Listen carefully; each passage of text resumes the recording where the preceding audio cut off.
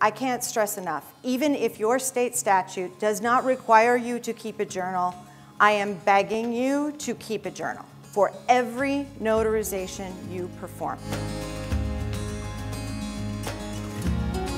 Another thing you want to do is, I can't stress enough, even if your state statute does not require you to keep a journal, I am begging you to keep a journal for every notarization you perform. Every state allows you to, not every state requires you to. Here's another one where if you haven't done that before and your boss is going to be like, oh my God, it's going to add time to my life, and you know what? Get over it. This is what I need to do to protect us both. And that's what it is. And I am telling you that journal in many, many cases is your lead underwear. What is your proof that the person was there at the time of the notarization? If their signature is in your journal, not on the document, when you journal it and says this date, this time, here it is, there's the signature. The journal almost always can be admissible in the court as strong, if not the strongest evidence that this happened. Well, and that's the point that is my favorite about the journal. It's one thing for a notary if there's a lawsuit or a disciplinary action. The state notary agency files a disciplinary charge against a notary perhaps. If that notary comes before a judge and jury or before state regulators and simply testifies that, oh, I'm a careful notary, oh, I always do it right, I'm thorough, I'm diligent, and so on, that's self-serving testimony, right, from the individual. And can that always be believed? Not necessarily.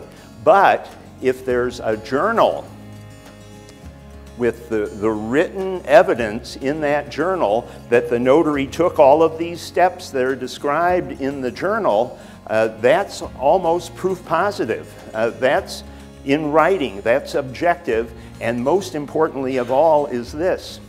A lot of people think that when you do a journal entry for a particular notarization, that all you're doing is protecting yourself for that notarization and helping to validate that single notarization. That is not the case. If you're ever in a lawsuit or before a disciplinary body, they're going to look at your whole journal, not just one entry. Pattern of behavior. That's right. I did a suit in California a few years ago where I testified in a case involving a notary, and this notary had been a notary for several years. She had 4 or 5 full journals. She notarized almost every day. She had over 1,200 notarizations in 4 or 5 journals. The judge and jury got to see all of the journals. And in my testimony in the case, I got to talk about all of her journal entries, not just the one entry for the one notarization that was being challenged in that lawsuit.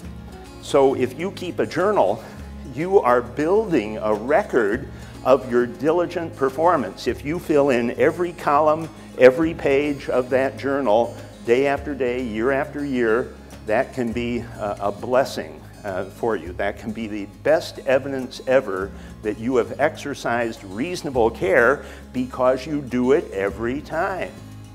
So keep a journal. Keep a journal and keep it right. Because the other part about having a journal is, are they going to come to you tomorrow asking you a question about a notarization you did? No, while it's still fresh in your head. No, it'll probably be 5 years later.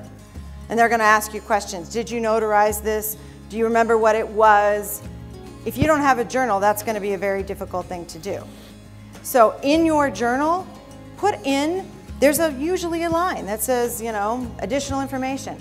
Put whatever you want. Worst red tie I have ever seen. Guy smelled like garlic from 3 feet away. Whatever. It's your journal, right? It's about what will key you to remember things going on. Anything that happened. If it was a jurat and you put them under oath, you physically did put them under oath, write it in the journal. Put them under oath. Not just for jurat, but put it in there that you put them under oath, because a lot of notaries don't know the difference between an acknowledgement and a jurat, and that putting in a jurat means they must put them under oath. And if you don't know what I'm talking about, you need to stay right here in the notary law, or the notary training, and understand the difference. Very important. I think another way to make the point that Kelsey is to say, don't feel bound by those lines and columns in a journal. There's nothing sacred about that. If you want to write more than is provided on a particular line for a journal entry, just do it. If it takes another line because you want to describe something unusual that went on, go ahead and use more space. And her point about putting something in there to remind you of that particular notarization is terribly important. Think about it. When you perform a notarization, you're doing it because there's nothing unusual, nothing suspicious about it. It's pretty ordinary, or else you wouldn't do the notarization, right? You would refuse it. So people tend to forget these routine things when you do something that you approve. So years, like months, but usually, Kelsey is right, years, and sometimes many years. You should keep these journals forever, frankly. 5 years isn't enough, 10 years. In the most recent case in which I testified in court as an expert on a notary dispute, it was 10 years almost to the day that I testified from the time that the notarization occurred. Let me say that again. Notarization occurred one day. Over the years, a problem was discovered with that notarization. A lawsuit was filed, and you know how the law moves, very slowly. Almost 10 years to the day later, I finally was testifying in the trial of that lawsuit. So who can remember things for 10 years, right? It's terribly important to keep these journals for a long, long time. If I can put in one plug in the new book that's out. Oh, you're only going to put in one? Because I'm going to put in a few. 15 reasons. In the chapter on journals, there are 15 separate reasons that you ought to keep a notary journal. We've mentioned only 2 or 3 of them. 15 reasons are in here. It's the best thing you can ever do for yourself. Keep those journals forever. Sometimes your states will say, well, when you've decided you're not going to be a notary anymore, right? You think you're done and maybe you're going to retire. Or maybe you just don't want to do it anymore. You change jobs and it's not going to be part of what you do and you don't want to do it anymore. And they say, well, turn your journal into the state. Okay, I've lived in the same house for almost 30 years. One time I went to get my driver's license renewed and they fat-fingered my zip code. Same zip code I'd been at, but now it said something different. Do you know what it took to get them to rechange my zip code back on my driver's license? Like 6 months and 3 visits to the DMV. But I'm supposed to believe that if I need that journal back, if I send it to the state and I need that journal back to protect myself, that they're going to be able to come up with it? I wouldn't believe that if I were you. I'm just saying. Send them a copy. You can send them a copy of every page in that journal if they really feel the need. Although I will admit to you that most people probably don't send it in the first place. But if you really want to do it right, send them a copy. But keep that journal and keep it forever. I'm going to keep it in my savings deposit box forever. And when I'm dead, my heirs can throw them in a pit in the backyard and light them on fire and dance naked in front of it for all I care. But then, and only then, we're done. Or send the state the original and you keep the copy. It doesn't matter. The important thing is you ought to keep a copy and you ought to keep it forever until you pass. So, journals are important, but having a compliant journal is important. I get notaries. We bring in, when we buy other companies, right? We'll have people that come in that have been notaries at other places. They have 7 or 8 pieces of paper folded over with a staple in the middle. That's their journal. That is not a compliant, legally compliant journal. Has to be permanently bound, pre-printed, numbered pages. Okay? These are the things that make a compliant journal. Get it from a reputable place, not just a local office goods store. Get it from the NNA, get it from the NLI, but get a compliant journal. That's important too. Now, whose journal is it? Just one second. Okay. Okay, give me 1 second. Okay. Whose journal is it? Your company buys it. They paid for it. Good for you. So when you leave the office, you're going to leave it with them, right? In our state, it is a little different. It depends on the type of notarization. True. There are some states that can ask to keep a journal. So keep 2. Or you get to keep a copy of it. Yeah. Right? There is a state, very good though. There is some states where the employers can keep a journal. Understand if you're one of those states, I think there's only 2. And it's only for work notarizations, not for personal. Right, that's the other. So, but you are able to keep 2 journals, and you are able, although I don't recommend it, but you are able to keep copies. Make a photocopy. Make a photocopy and keep that photocopy. But for the rest of the people, that journal stays with you. If an employer says, no, no, no, you have to leave that here, no, no, no, I do not. You take it with you. If they continue to cause an issue about it, then you call your state or your governing body and say, they want to keep my journal. And guess what? Then the state comes in and says, why are you keeping notary journals? Let's have a look at that. Let's think that over. And pretty soon, you're going to cause a lot of attention to something maybe they didn't realize.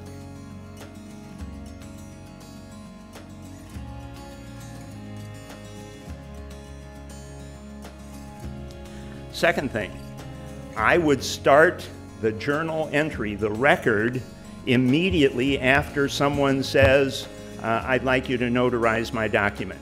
That's when to start that journal entry. Kathleen talked about several steps in the notarization process, and as always, she and I have been colleagues for years. We just did a 5-hour session in Dallas a few months ago together. I know that we're on the same page here. I'm sure she's not going to disagree with me much to say the very first thing after you know that you're being asked to do a notarization is to get the journal entry started then, because you want to start recording information. If shortly into the notarization, if you decide you're going to refuse the notarization and tell the signer that signer may walk away from you immediately and you've got no information about that person. Who was he or she? What's the address? What were they trying to get you to do? You want to record that in your journal even if you refuse a notarization. That's my opinion. I think the people at the Secretary of State would agree with me that that's what to do, because with that change that they mentioned in the one statute, the statute is now referring to the record of your official acts. It's not just the notarizations that you actually perform, it's your record of all official acts, including a refusal to notarize. So start your journal entry right away. In addition, it's the guide. It will guide you through the certificate of notarization. Almost everything that's in the journal entry, well, most of it will also go in the certificate at the end of the notarization, but it will help you get things right. It will help guide you through the process. The third thing that I'd take away from today is to journalize. Journalize, journalize, journalize. That is so important, not just to start it early, but to maintain a record, create one for every official act, and to keep it. Keep it indefinitely. I know the statute says, the regulations, at least 3 years. I would keep it indefinitely, forever, in other words. Here's the reason. I go out and consult on notary litigation, serious situations that occur around the country when there's a lawsuit involved, and I've testified in court cases about these. That journal is the most valuable tool you have. And I don't want you to think that it's important just for a particular notarization. The journal is evidence of all your history of notarizations, and if you get sued sometime and end up in an arbitration or a courtroom, that journal, the whole thing, will get into evidence. The judge, the jury are going to see all of your notarizations that you've recorded, not just the particular item. The journal, you see, is your important tool because it establishes a written record of what a good notary you are. If you are meticulous, you fill out every box, you give all the information, you do it time after time, you've got this whole book of how diligent you've been, you want the jury to see it anyway, but I'm here to tell you they will see it. I testified in California just a year or two ago on a case where a notary had been a notary for several years. She had 4 journals of over 1,200 notarizations. That's 1,200. The jury got to see all 1,200 of those journal entries in her book, and I told the jury during my testimony, I told them what a good notary she had been. I said she was diligent. She wrote, she recorded every journalization. She didn't hide anything and so on. They were told about it and then went back to the jury room so that they could look at it and see that indeed I was correct, that she had been a very diligent, conscientious notary, and she was exonerated in the suit against her in large measure, not because of me, because of her good journal keeping. So think of it as the whole body of your work that will be seen. And if the Secretary of State, Kevin, just talked about the procedure for complaints, I bet in a lot of cases they're going to want to see the whole journal, not just a single entry on one page of your journal. And then the last thing, the fourth thing, is since you're doing so much writing, you're writing in the journal, you're writing on the certificate of notarization, proofread. Proofread, proofread, proofread. Before the very end, before you shake hands and say goodbye to the document signer, you take one last couple of minutes and you proofread your journal entry, see that it's all full. You look at the certificate, see that everything's there. You look at the seal impression, make sure you didn't smudge it or that the paper was off balance and it didn't all print. Proofread the journal and the certificate. In my experience over the 20+ years I've been serving as an expert, I could give you lots of examples of lawsuits that never would have happened if the notary had simply proofread. In my last case from Illinois, a notary was called upon to notarize 7 documents for a sealed bid process, and this notary notarized all 7 documents for the owner of a construction project or construction company that was going to bid on a government sealed bid project. The notary was a good, conscientious notary. She did 6 of them perfectly. On the 7th document for the bid, she forgot to put her seal. Forgot to put her seal on the one document. Those documents, and the signer didn't notice, those documents were put in the sealed bid. The government opened the bid, and a government agent discovered that one of the seals was missing. They rejected the company's bid. The company would have won the bid because it had the low bid. It lost over $100,000. The company sued the notary and the notary's employer for the $100,000 that it lost because of one missing seal on one of 7 notarized documents. If that notary had just looked at her work, if she had looked at her record book and then looked at her certificates and proofread them, she would have discovered there was no seal. Proofreading. So my suggestion, start the journal entry early, keep a journal, keep it a long time, proofread, and very importantly, realize the notarization is a process throughout the whole term of the notarization, those several minutes that you are there with the document signer.